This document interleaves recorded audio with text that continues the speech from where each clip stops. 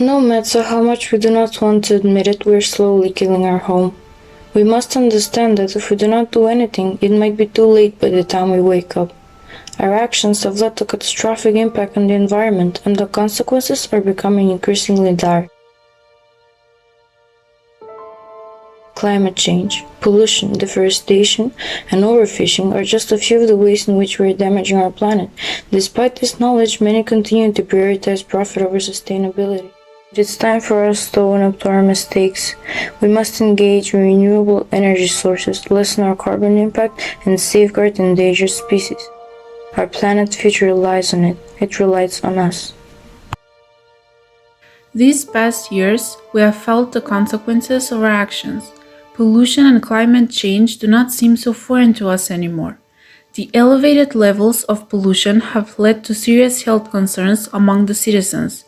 Respiratory illnesses such as asthma and bronchitis have been common, particularly among children and elderly people. The main sources of pollution are industrial emissions, traffic congestion, and burning on fossil fuels. It is not that no one is doing anything about this. Several measures have been taken, such as promotion of public transportation and encouraging the use of electric vehicles. We might think that electric cars are the future of transportation with their eco-friendly and efficient nature.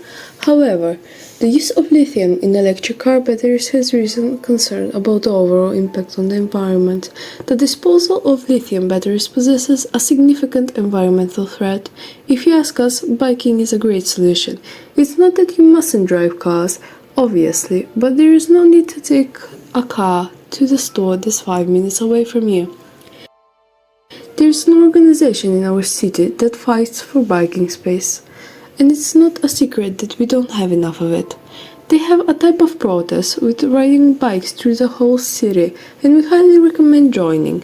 If we do it together, it makes it hard to repress our needs and requirements. We have heard it a million times, and we will a million more if we don't take it seriously. Factories are one of the major contributors to air pollution. The smoke and fumes released from these industrial units contain harmful chemicals that can have adverse effects on human health and the environment. The burning of fossil fuels in factories releases carbon dioxide into the atmosphere, contributing to global warming and climate change. This has led to extreme weather conditions such as droughts, floods, and heat waves. There have been times when we were one of the most polluted countries in the world. It is a shame that we let it go this far.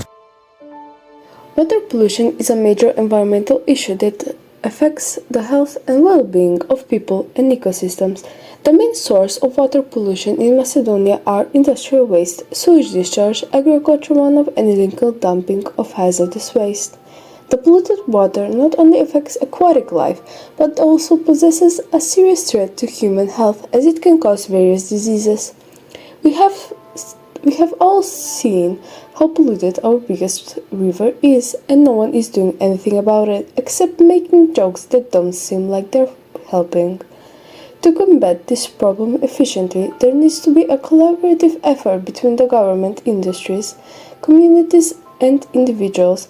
The government should enforce stricter regulations on the industries that release pollutants into the water bodies, while individuals should take responsibility for their actions by properly disposing of their waste. A big problem solver would be biodegradable packaging that could easily degrade in water. Textile waste is a growing problem that has significant environmental and social impacts. The textile industry is one of the largest polluters in the world, with millions of tons of waste generated each year. The environmental impact of textile waste is significant. Textile production requires large amounts of water, energy, and chemicals, which contribute to greenhouse gas emissions, water pollution, and environmental problems. Clothes nowadays are of low quality, meant to be worn for a short period of time, and usually made of polyester. All of this is causing overflowing of textile. To address this issue, we need to reduce our consumption of new textiles by buying second-hand or recycled clothing whenever possible. We also need to support companies that prioritize sustainability and ethical production practices.